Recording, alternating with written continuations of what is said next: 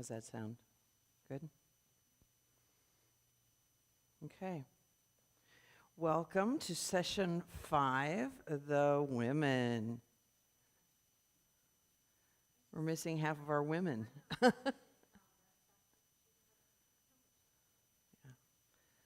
it's a cold, blustery night. Anyone's watching live, welcome. So, just want to start by checking in. You know, you've had a week to think about what we chatted about last week. So the photo or the image that's up on the next screen.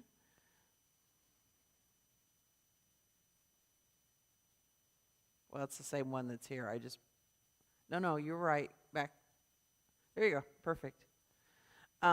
So this is one of the ones I found that I thought portrayed the women that might have gathered at the cross. What do you see here? Anything stand out to you?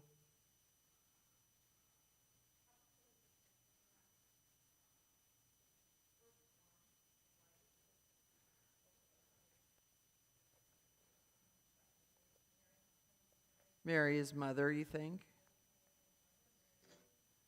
Could have been Mary Magdalene. Yeah, it was someone special.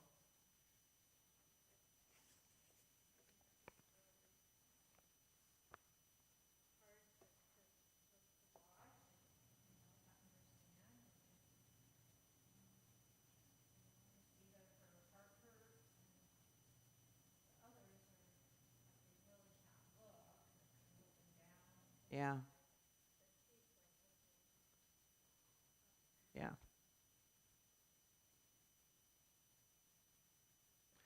So tonight we're going to, as AJ pointed out, we're going to discuss the role of women in all 4 gospel accounts.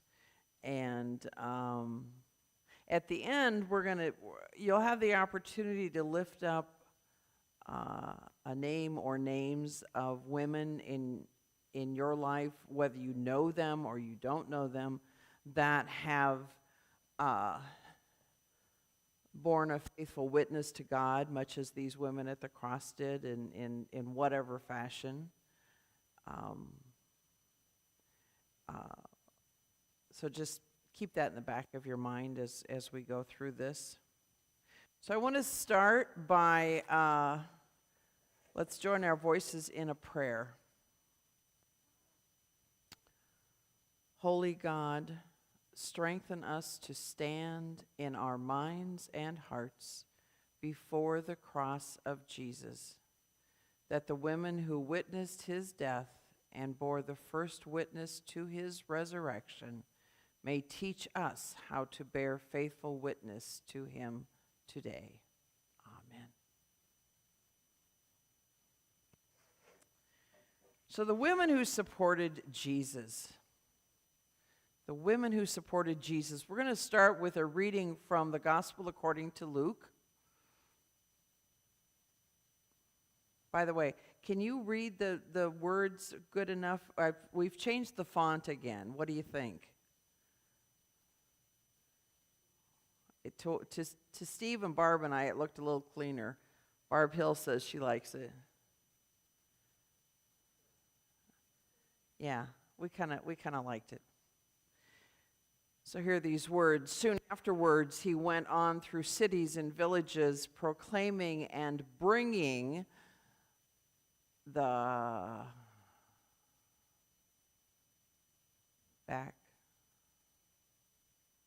good news of the kingdom of God. The 12 were with him, as well as some women who had been cured of evil spirits and infirmities. Mary, called Magdalene, from whom 7 demons had gone out, and Joanna, the wife of Herod's steward Chuza, and Susanna, and many others who provided for them out of their resources. Now, this picture isn't quite as great because I had to kind of blow it up. I know it's a little fuzzy, but I like the mixture of the faces of the women. I imagine that these were some of the women who were with Jesus.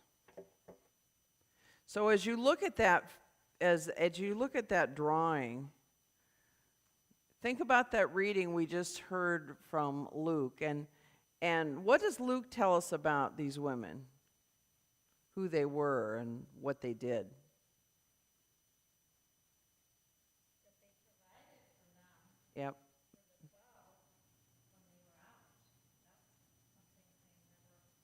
something I never knew or Mm-hmm. even I watched the movie The Chosen, and it showed Claire and their mother when she was with them, but I don't remember seeing any other women in that Yeah. movie depiction either.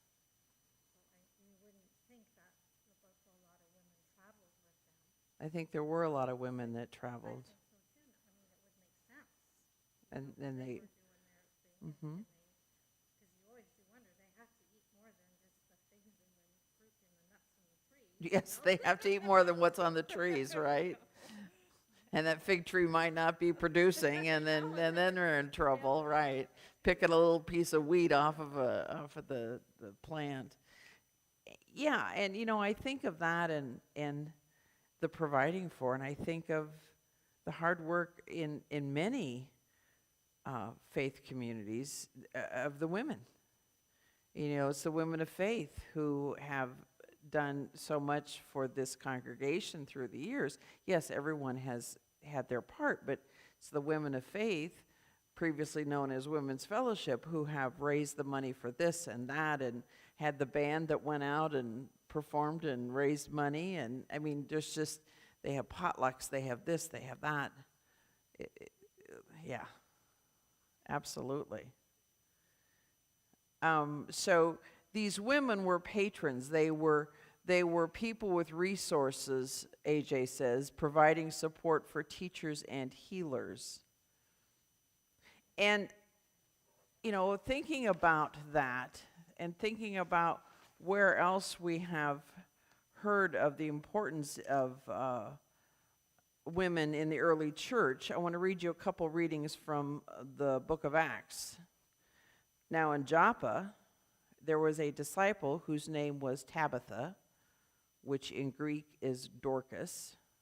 Oh, no, I'm actually not. I just have it here. Sorry, Steve. I apologize. I should have. It's okay. At that time, she became ill and died. This is Tabitha. When they had washed her, they laid her in a room upstairs. Since Lydda was near Joppa, the disciples, who heard that Peter was there, sent 2 men to him with the request, "Please come to us without delay." So Peter got up and went to them, and when he arrived, they took him to the room upstairs, and all the widows stood beside him, weeping and showing their tunics and other clothing that Dorcas had made with them while she was with them. And Peter put all of them outside, and then he knelt down and he prayed. And he turned to the body and he said, "Tabitha, get up." And then she opened her eyes, and seeing Peter, she sat up. And he gave her his hand and he helped her up. Then calling the saints and widows, he showed her to be alive.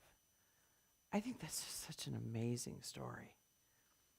That the women who had been with her and worked with her and then to show all the clothing, all the tunics, everything that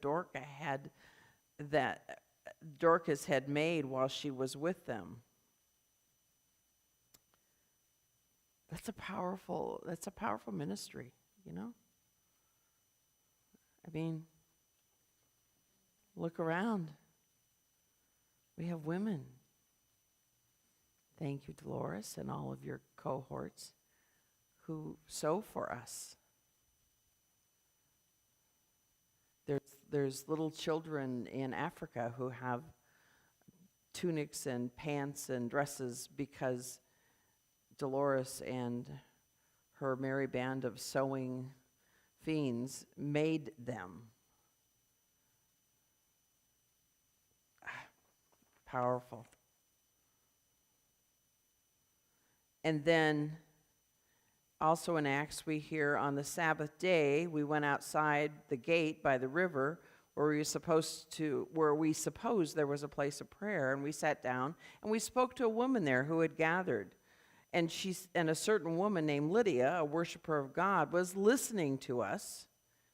And she was from the city of Thyatira, and she was a dealer in purple cloth. Now, purple cloth was very expensive. Very expensive. Hard to make it, exactly. And the Lord opened her heart to listen eagerly to what was being said by Paul.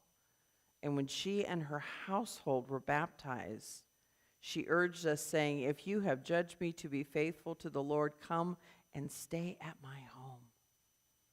Come and stay at my home. Powerful, powerful women. So, it's interesting, Bonnie, you just kind of segued into my next question was, do you think that the women who walked with Jesus, who were with him, who were part of his entourage, do you think that they're lifted up enough in the Bible?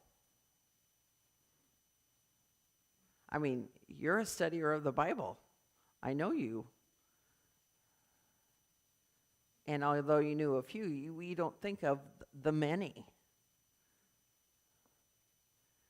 And when we've been reading about Paul and all of his travels in our book study, and time again, there were women. We're reading a lot in the book of Acts, some of the other books, but you forget until you just sit and really study it.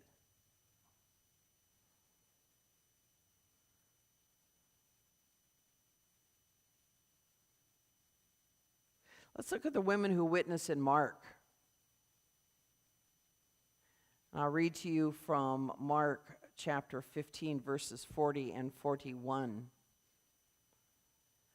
There were also women looking on from a distance, and among them were Mary Magdalene and Mary, the mother of James the younger, and of Joses and Salome. These used to follow him and provided for him when he was in Galilee. And there were many other women who had come up with him to Jerusalem.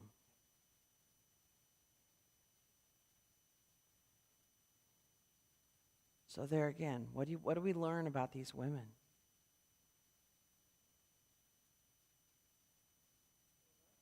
They loved him.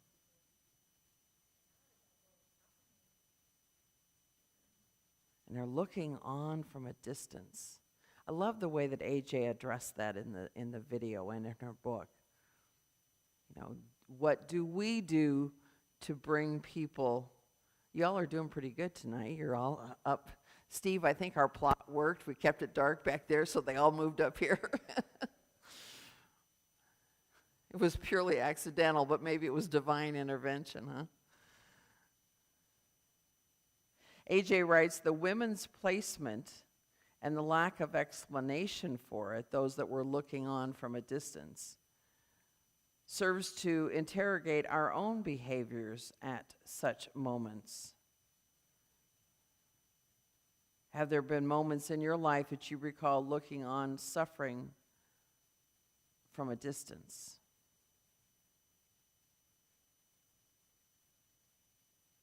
There are times when you couldn't come forward. You just had to stay back and mourn or weep.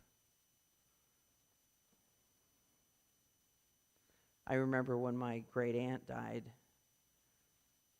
a couple years after my great uncle died, her husband, and I remember being at his casket, and she was spunky. She was they both were about that tall, but she was a Spitfire. She'd raised 4 boys, I think.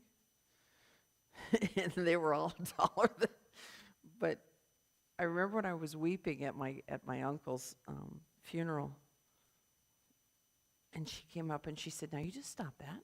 You just stop that. It's okay. He's with God. It's good. You just stop." I mean, this is how she's a very religious person, and she wasn't mad, but she was just like, stop that. When she died, I just didn't go to the funeral. I knew somehow she would have, now you just stop that. I could not. I just could not. I don't know. I was probably in high school, maybe. I don't remember for sure, but I could not go there and mourn. When one of my favorite ministers left the church that I used to attend, I couldn't go on his last day. I just couldn't. I was just so sad. Right or wrong, I had to mourn from a distance. Anybody else ever do anything?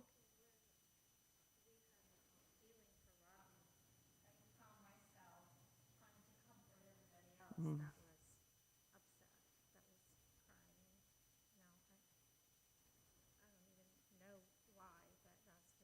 That's who you are. Yeah. Because I felt bad that they felt bad. Mm-hmm. I didn't really probably mourn really till later. Well, and I think part of that, Bonnie, that delay in helping others, and then is that it was, I don't know for sure, but I would guess part of it was self-preservation, that you knew as long as you were taking care of them, that you would be okay for the moment. Right. And your grieving time would come later, but you just didn't want to do it right now. They felt so bad. Yeah. And I just thought, how can I help them to not feel so bad? Mm-hmm. Kind of like your aunt. Mm-hmm.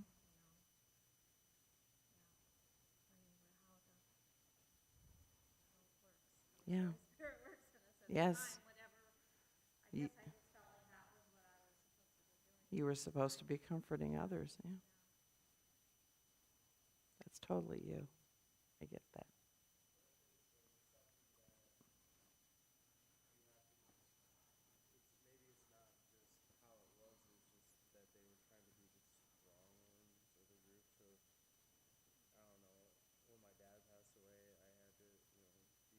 Mm-hmm.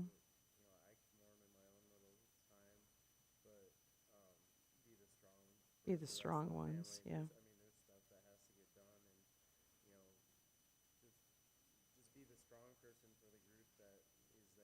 Right.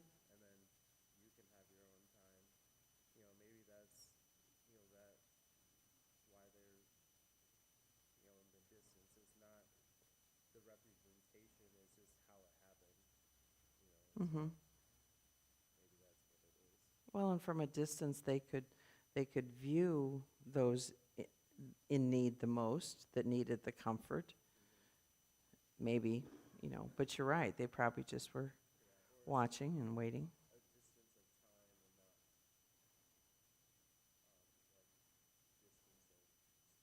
A distance of time and not a distance of space. That's valid too.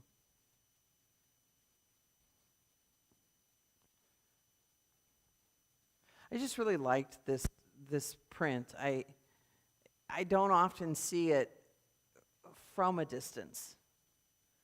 Usually we're right up at the cross. The paintings are always right up at the cross. Or maybe just the perimeter of maybe 6 feet around it. But this one, I've never seen one like this when it was so far away.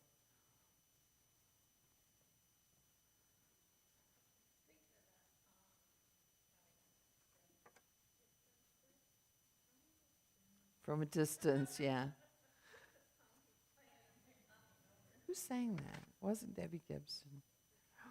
Bette Midler. Bette Midler sang that. Yeah. So, anything else you want to think about from the women from Mark? Notice that, we have 3 women named, which kind of is interesting because we often talk about, from Mark, Peter, James, and John. So it's kind of the, bookends. So the women who were witnesses in the gospel according to Matthew. I'm going to read to you from the 27th chapter. Many women were also there looking on from a distance. They had followed Jesus from Galilee and had provided for him.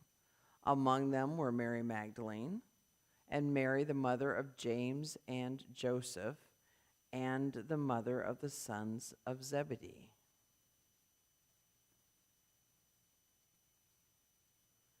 So who do we have watching? We have Mary Magdalene again. And we have Mary.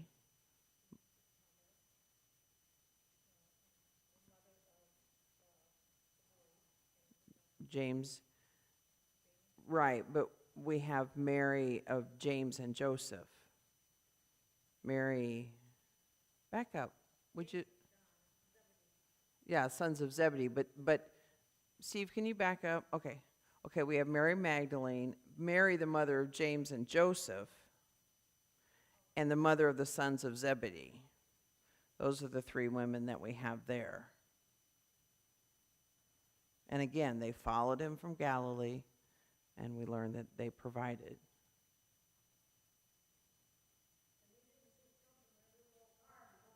No, they didn't just jump in their car and take off, did they, Dolores?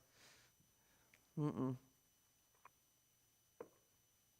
So I want to read to you from a couple of readings from Matthew and Mark and kind of compare them, talking about the mother of Zebedee, or the mother of the sons of Zebedee. So the first one is from Matthew.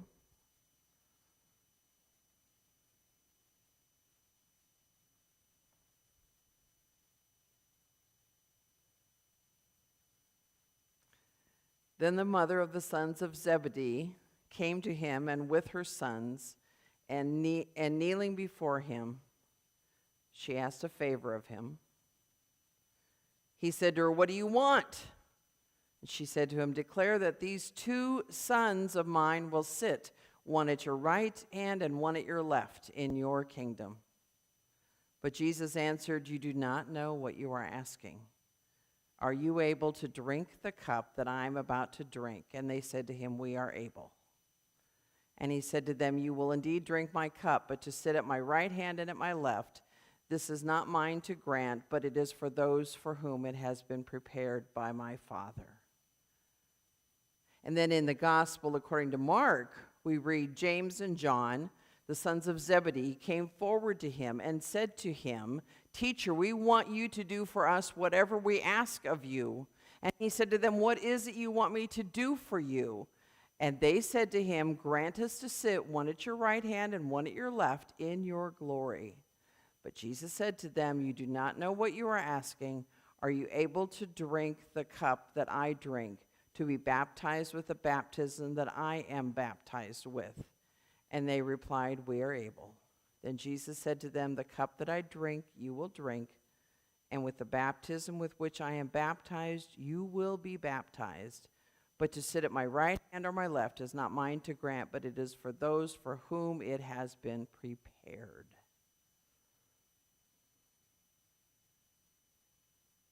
Why do you think that Matthew records Mrs. Zebedee, as AJ calls her? Why do you think Matthew records her making this request on her son's behalf?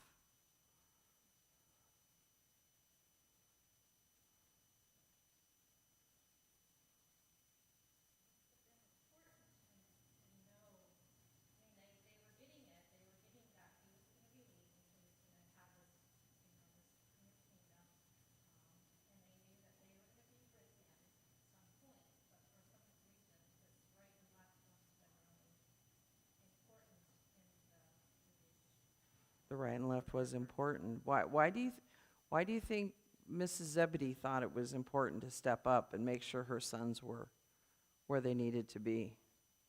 Conrad, to take care of them. She was a Jewish mother, yeah. She wanted to take care of them, right? My boys are going to be fine.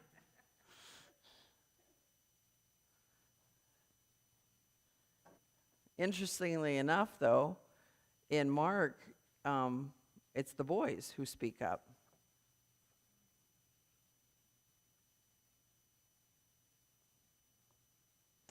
AJ writes, this is her take on, oops, that's not the right one.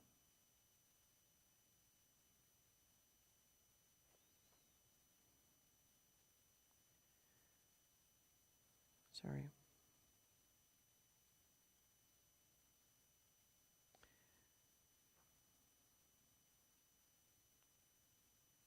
Didn't mark that down.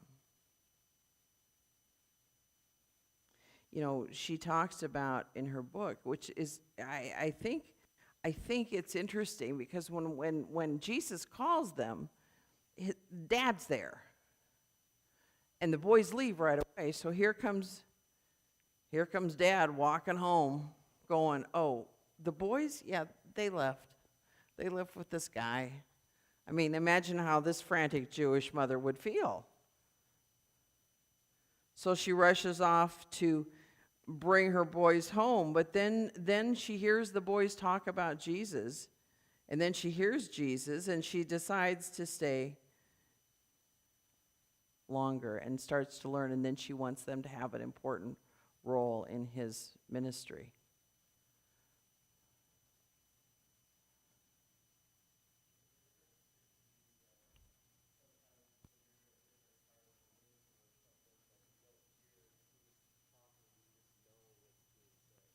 If you're in a different part of the room, you don't hear who's talking, you just know what's being said. Yeah. Yeah. That it was, yeah. Maybe. Point of view, absolutely. Because we know, now Mark was written first. So Mark had the boys asking. And then Matthew brought in Mom for whatever reason.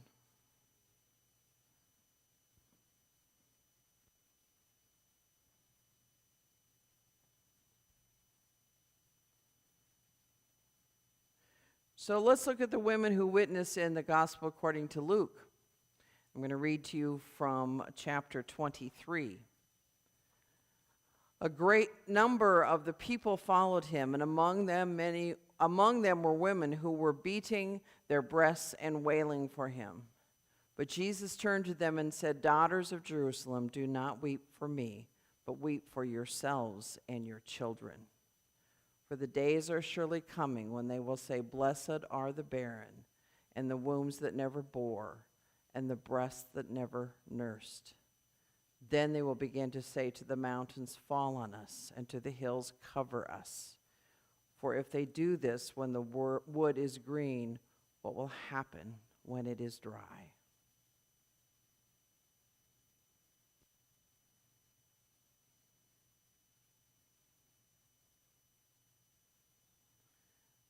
You know, I have to admit, in all the years of reading of the beating of breasts, I'm thinking that they're just so upset. But I get it after listening to AJ and reading her book, that it's a tapping, which we do. We do that. When I was in seminary, one of my fellow students who was from Zimbabwe was the first person that I remember when something touched him. Like, I was in his preaching class, and he would pat his heart. Now, that's not rare, I get that, but somehow it was very spiritual the way he did it. It was like, wow, I'm touched.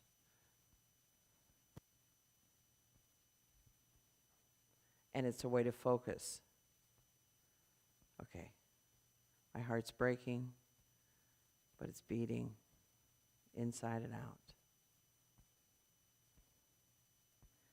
AJ thinks these women could be lamenting not only an innocent man's death, but also the miscarriage of justice, and behind it, the power of Rome. We know miscarried justice, don't we?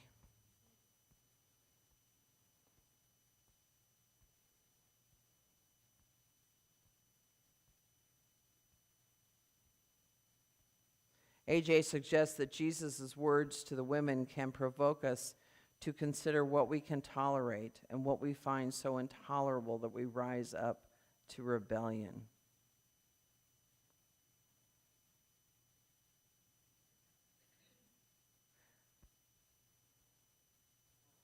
What do you find so intolerable that you rise up to rebellion?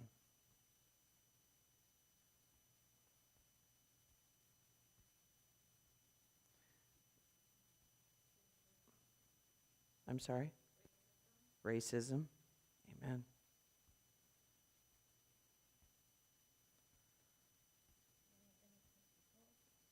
Killing of innocent people. I know. I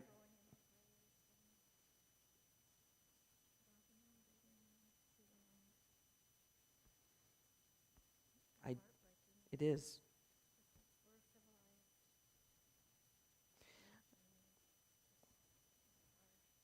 Chef Andre, who heads up, I know I talk about World Central Kitchen. I've never been so moved by an organization. I watch at least one video a day and sit and weep at my computer. And I could turn away, but I can't. I can't. But he was riding along on the train recently and looking at, the countryside as he was rattling along on this train.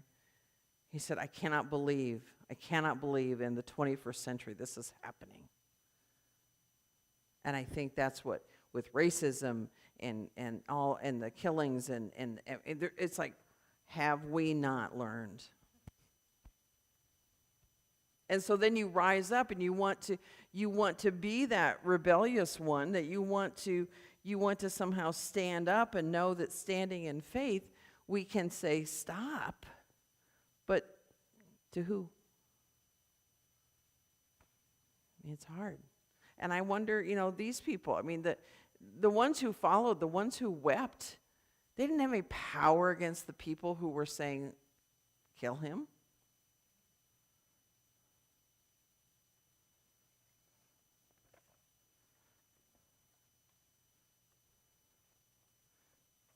This is here. It's not up there, Steve. It's right here. And from Luke, when the crowds who had gathered there for the spectacle saw what had taken place, they returned home, beating their breasts. But all of his acquaintances, including the women who had followed him from Galilee, continued to stand at a distance and watch.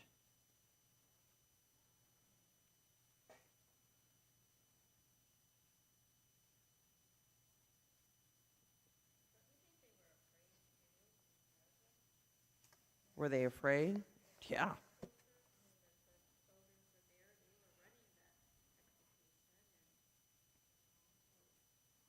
The soldiers were there, they were running it, absolutely. Absolutely. Well, look how they scattered after he died. Thomas took off, and the others went up to a room and hid. Of course. They rounded him up. What's going to happen to us? And while part of that is self-preservation, I think part of that was also, we got a message to spread here, We have to be careful. Because if we all die, the message dies.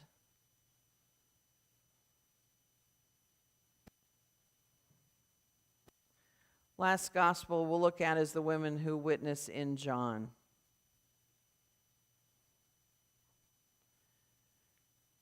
Meanwhile, standing near the cross of Jesus were his mother and his mother's sister, Mary, the wife of Clopas, and Mary Magdalene. When Jesus saw his mother and the disciple whom he loved standing beside her, he said to his mother, "Woman, here is your son." And then he said to the disciple, "Here is your mother." And from that hour, the disciple took her into his own home.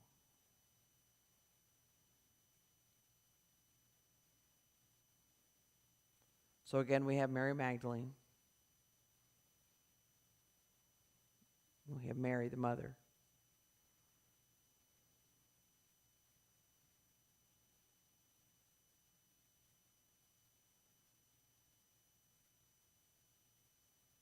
I like the way that she kind of addressed Jesus using the term woman, and she's right. I mean, if my daughter came up to me and said, "Woman, do this," I think I'd say, wait, But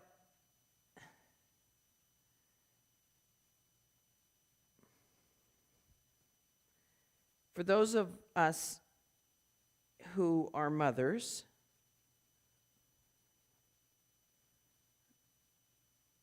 do we lose that identity as a woman? All the women in this place tonight are mothers.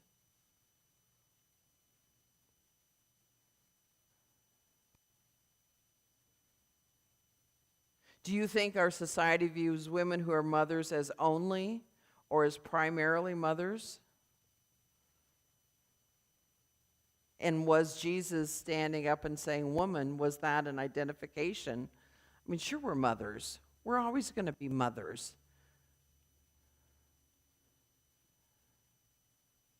I mean, I remember when, and I'm sure that probably many of the moms in this room and watching have experienced that when Melissa was young and I would go to pick her up at daycare or at school, I was no longer Marilyn. I was Melissa's mom. Everybody referred to me as Melissa's mom, which was okay, but sometimes I felt like that was my only identity. I'm not saying it was bad, but am I the only one that experienced that? All righty then. Oh, we did? Okay. Well, I just, they'd say, oh, this is Melissa's mom. Oh, this is Melissa's mom. This is Melissa's mom, Like, wait, I have a name.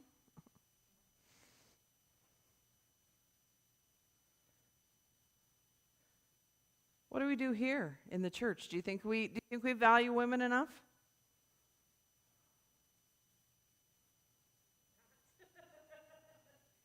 Do we place them in roles?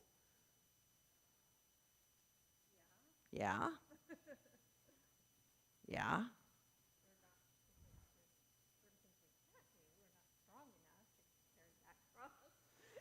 Well, it took two of you to do it, didn't it? Yeah.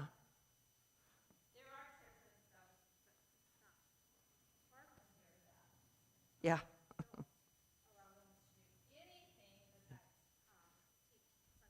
Yeah. Women can teach Sunday school, and that's it, which is just amazing, because if you look in the Gospels, which is what we've been doing, we're not trying to leave you men out tonight, by the way. We know you appreciate women. But, if you look in the Gospels, the women were there. And all through Scriptures. I mean, you can go back into the Hebrew Scriptures. I mean, we've got, huh? Well, I wonder when that changed, I don't know. because it did change. I mean, we had Deborah, we had Ruth, we had Esther, they're all named. But I remember my grandma Wilma saying when they were in church, I think when she was young, I remember just like Christmas all day, but men sat on one side and the women sat on the other. Oh, yeah.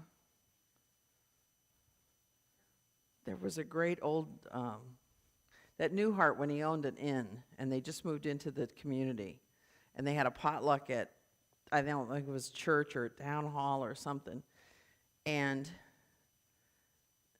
his wife, Joanna, came in to sit in this room, and they're like, oh, this is the room where the men sit, and she had to go out and sit in the kitchen with the women, and of course, she wasn't happy, and of course, that was the whole show, but yeah. Can you imagine being told, no, you have to sit here, no, you have to sit up here, no, you have to sit here, no, you can't preach, no, you can't serve on council, no, you can't be elected president. Oh, wait, we haven't done that yet. But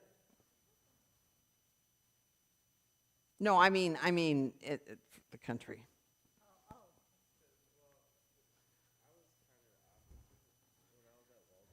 Uh-huh. I was the first ever male teacher to graduate from Walden. You were the first male teacher to graduate from Waldorf? Wow. So, and it was, I mean, that was Yeah? all my classes were, mainly females, and all my teachers were mainly females, except for some of my other, like, coaching, but all but one teacher in the theological Mm-hmm. parts of Waldorf were males. So, All the teachers were male, but all the students were yeah, but yeah. in the theological part. in the theological part of it. Yeah. Well, yeah, because what do women know, right?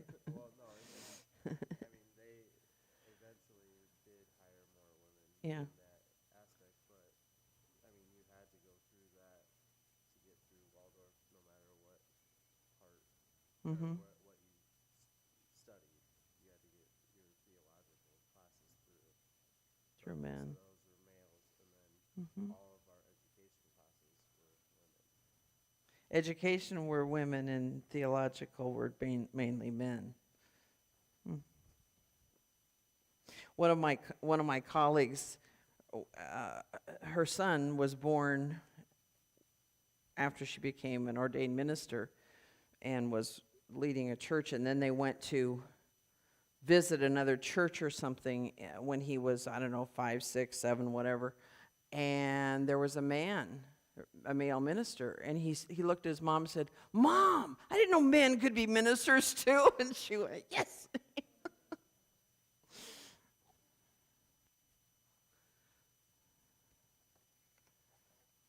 I want to read to you in closing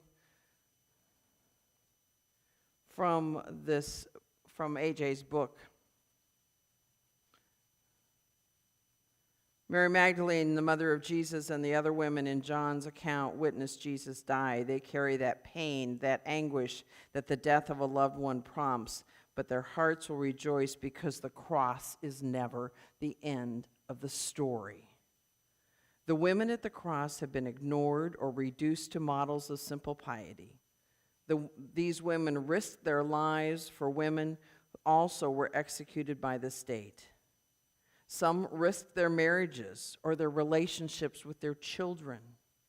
For the Gospels, as well as for Israel's scriptures, women are mothers, but they are also much more. Joanna, Mary Magdalene, Salome, none is identified as a mother. The Bible celebrates marriage and childbirth, but it also celebrates women's religious devotion, patronage, pilgrimage, witness, and a host of other matters not determined by marital status, gender, or sexuality. When Jesus states woman, he is not restricting his conversation partner to a gender role. He is making sure she is noticed. Women at the cross. They did so much. And let's see, who was it that discovered the empty tomb? The women. This is why it's amazing when the churches say women can't do stuff, you know? So what I want us to do is make a list.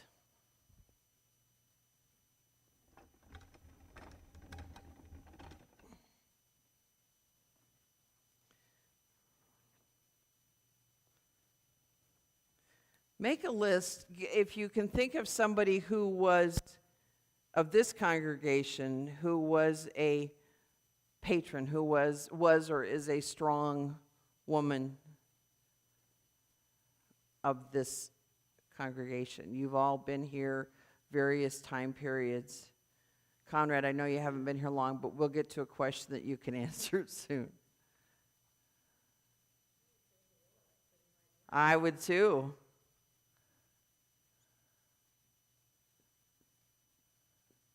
You're OL, right? Yeah.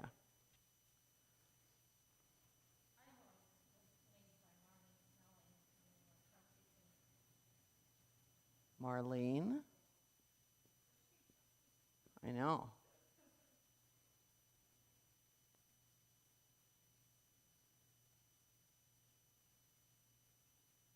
Who in your life has provided maternal or sisterly love and loyalty regardless of biology? Somebody important in your faith. Not necessarily here, but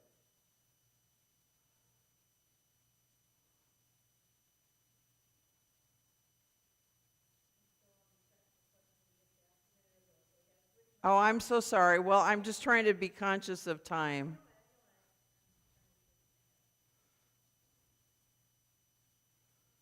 I'm going to put down Mrs. Sims. I know her name was Alma, but I never called her that. She was one of my Sunday school teachers when I was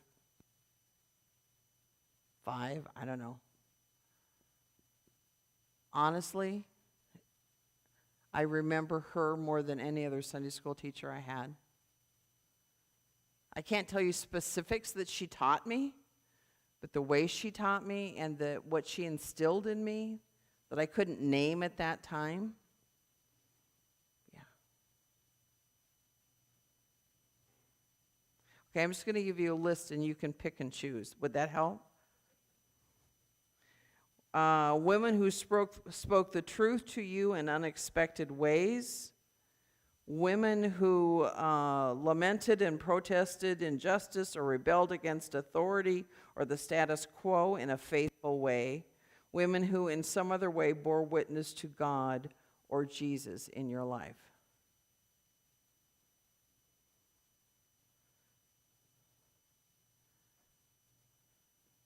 I'm going to put down Tracy Blackmon.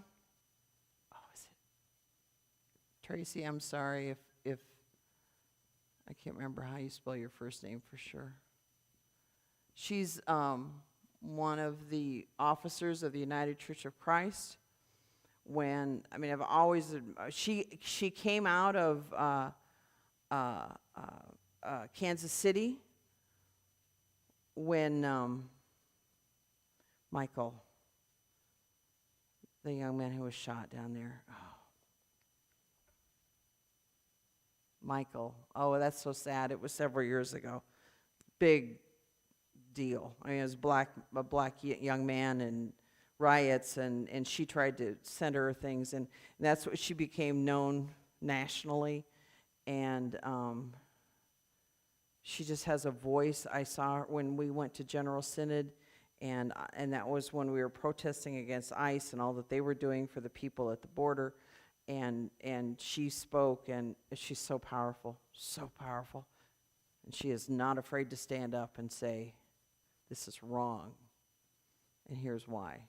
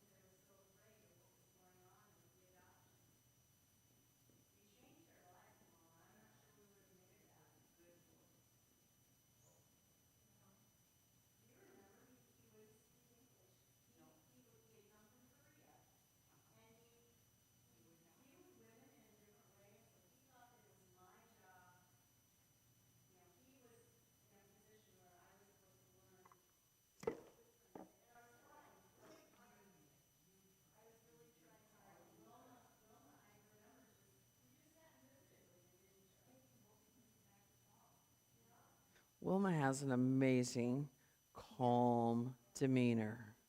Wilma can diffuse any situation. Yes, it is. It is. I sit at her feet. Leland's not saying anything. Oh, yeah. I'm trying to.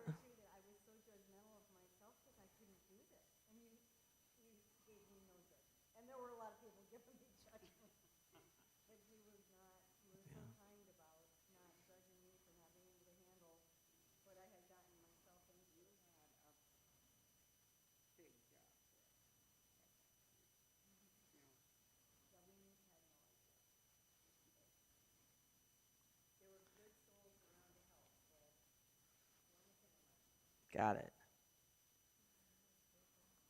Mary Chapin.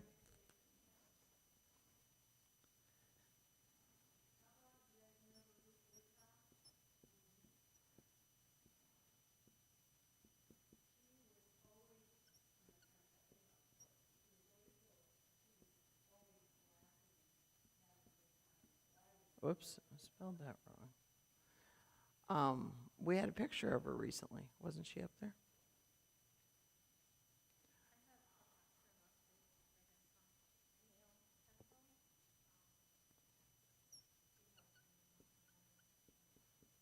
What's her last name?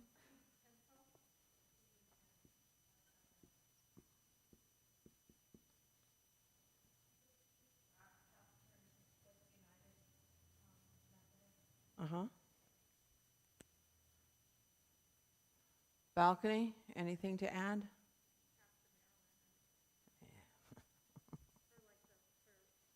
Hmm.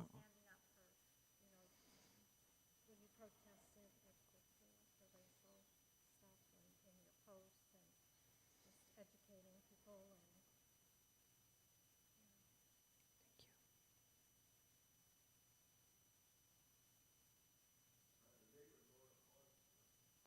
Nora Cosmeyer.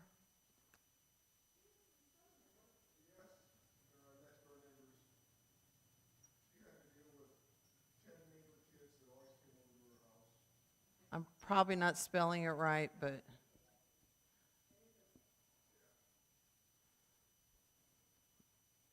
it's an-